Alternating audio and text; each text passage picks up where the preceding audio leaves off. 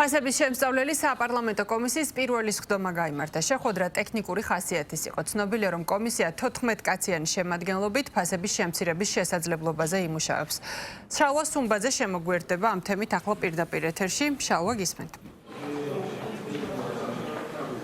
ცოტა ხნის წინ დასრულდა საპარლამენტო კომისიის პირველი სხდომა, სადაც დებულება დაამტკიცეს, რომლის მიხედვითაც მუშაობა წარიმართება და უკვე აქტიურ რეჟიმში საპარლამენტო კომისია საქმიანობაში ჩაერთვება მომდევნო კვირიდან და დაიწყება პირველი სამუშაო შეხვედრები ამ კომისიის ფარგლებში, სადაც დაბარებულები იქნებიან ერთის მხრივ დისტრიბუტორები, საცალო-ქსელები, იმპორტიორები, ასევე მწარმოებლები, საუბარია ასევე საწვავის და მედიკამენტების ფასებზე და სწორედ მათგან მოისმენს საპარლამენტო კომისია იმ ასე ვთქვათ ხედვას, რა კუთხით შესაძლოა არსებობდეს ფასების შემცირების რესურსი და ამის შესახებ იმსჯელებენ. 3 თვის ვადაა საპარლამენტო ფორმატში ამისთვის განსაზღვრული და ყველა მხარე აქტიურად იქნება ჩართული ამის პირობას დებს კომისიის თავმჯდომარე შოთა ბერეკაშვილი, რომელმაც განმარტა, რომ ბიზნესის აქტიური ჩართულობით მოხდება ასე ვთქვათ პროცესის წარმართვა. აღსანიშნავია ისიც, რომ თავის მხრივ ოპოზიციაც აქტიურად იქნება ჩართული ამ პროცესში.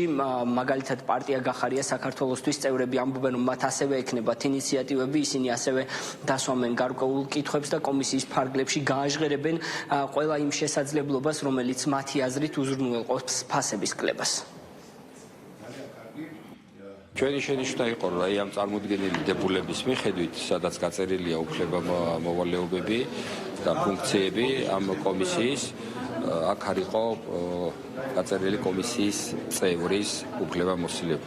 და უბრალოდ მე დავაფიქსირე ჩემი პოზიცია და ჩვენი პოზიცია, რომ კონკრეტულად გაიწეროს და დაფიქსირდეს დებულებაში, რისი უფლება აქვს კომისიის წევრს, რისი მოთხოვნის უფლება აქვს კომისიის სხდომაზე.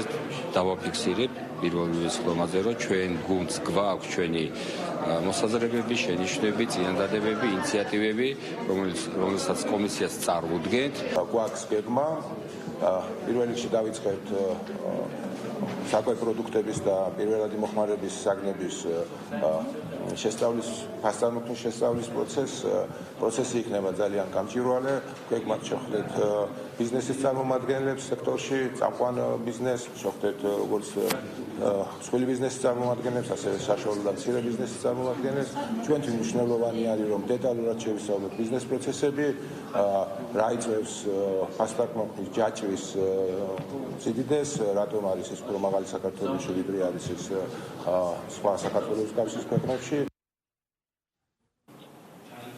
როგორც სამთავრობო საკოორდინაციო კომისიის სხდომის შედეგებმა აჩვენა, ყველა მიმართულებით, როგორც კერძო სექტორი, ასევე სამთავრობო უწყებები ხედავენ ფასების კლების რესურსს, გარკვეული ბერკეტების ამოქმედების შემთხვევაში პარლამენტი სწორედ ამ ბერკეტებზე იმსჯელებს და არსებობს მზაობა, რომ თუ კი საჭიროა რაიმე საკანონმდებლო ცვლილებები იმისათვის, რომ ფასწარმოქმნის პროცესი უფრო გაიაფთეს და შესაბამისად ფასნამატები იყოს უფრო მცირე და შემცირდეს გარკვეულ პროდუქტებზე ფასები, პარლამენტი მზად არის, რომ ამისათვის ყველა შესაბამისი გადაწყვეტილება მიიღოს. მადლობა შალვა სუმბაძისგან მოვისმინეთ კომისიის შეხვედრის დეტალები.